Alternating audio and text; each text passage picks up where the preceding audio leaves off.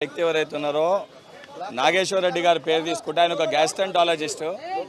అవగాహన లేకుండా తెలిసి పాపం 28-29 మంది ఎమ్మెల్యేలతో ఆడొచ్చి వెయిట్ చేస్తాడే మన ఉద్దేశంతో ఆడొస్తాడని భావించి ఆడపోయి వెయిట్ చేసినాము. అర్ధగంట పాటు వెయిట్ చేస్తే ఆడికెళ్ళి ఏదైతే టెస్ట్ తీసుకుంటారో 6 డ్రగ్ ప్యానల్ టెస్ట్ దగ్గర తీసుకుపోయి చేయిద్దామనే ఉద్దేశంతో వెయిట్ చేస్తానే రాలే.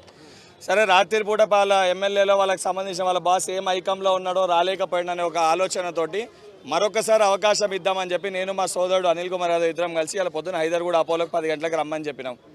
10 గంటలకు వస్తే 6 డ్రగ్ ప్యానల్ టెస్ట్ అయితే హైదర్గూడ అపోలోలో శాంపుల్ ఇస్తే, ఎందుకంటే బాధ్యత గల పదవిలో ఉన్నప్పుడు మన దగ్గర ఉన్న మిత్రులు బంధువులు కొకైన్ పాజిటివ్ వచ్చి మనపైన ఆరోపణలు వస్తున్నప్పుడు ఆ ఆరోపణలని ఏదైతే నిజమా కాదా అని చెప్పి ప్రజలకి చెప్పాల్సిన బాధ్యత గల పదవిలలో ఉన్న వాళ్ళది ఉంటుంది.